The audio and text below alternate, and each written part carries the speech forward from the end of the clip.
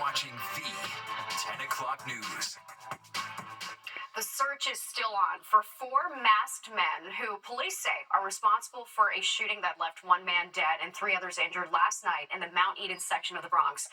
The men got away on scooters that were not registered. And almost immediately after last night's shooting, the NYPD said it was going to crack down on those kinds of unregistered vehicles, which are often used in crimes. But what more can they do if those vehicles aren't legally registered? Fox 5's Linda Schmidt went looking for answers. Well, this is where the fatal shooting happened, and it appears to be gang-related. Two gunmen on scooters. It has become a common story in the past 2 years, and it is a challenge for the NYPD.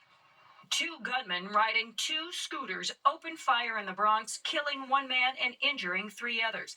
NYPD Chief of Patrol John Schell on Good Day New York Wednesday. The scooters are a quality of life issue, big issue for us. We've been dealing with this for 2 years. Since January 1st, the NYPD says 9,500 scooters, dirt bikes, and ATVs have been taken off the streets, 2,500 in the Bronx alone.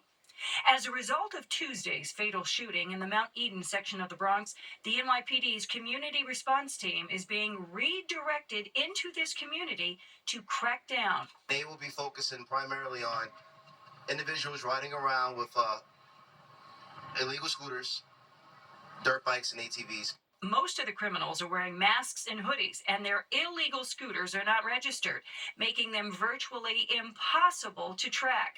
Mike Alcazar is a retired NYPD detective and teaches at John Jay College of Criminal Justice.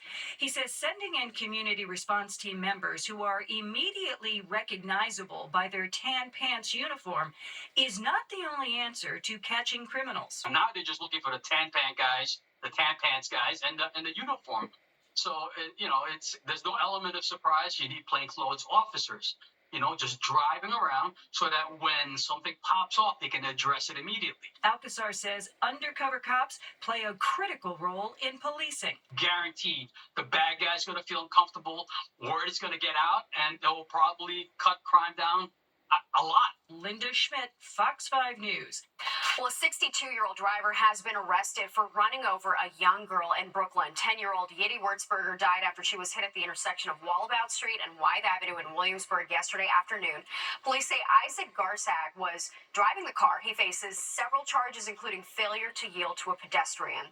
A rally outside the Manhattan DA's office today. Protesters demanding justice for two brothers. In 2020, surveillance video here shows John and Max On getting pummeled by a group of 5 men on Elizabeth Street in Little Italy. The group was spitting and yelling racial slurs at the brothers after urinating on their building. Eventually, John grabs a sword, slashes one of the attackers. John and Max were arrested, but the other men were not. John was charged with attempted murder, and supporters of the brothers say the 5 men started the brawl and want the DA to drop the charges. Call you racial slurs, call you anti-gay slurs, and beat them up. And the DA said they saw no evidence of any crime other than the two brothers who were defending themselves. Both men have pleaded guilty. The DA's office tells Fox 5 the charges were filed based on the evidence and facts.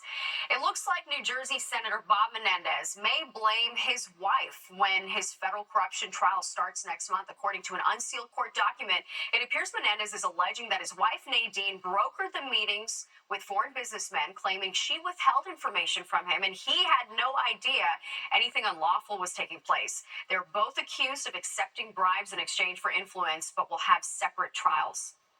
It's been quite clear all along that Senator Menendez may use as a defense in this case that he was merely a pawn of the greater scheme that was going on. Both the U.S. Attorney's Office and the senator had no comment on his apparent defense strategy.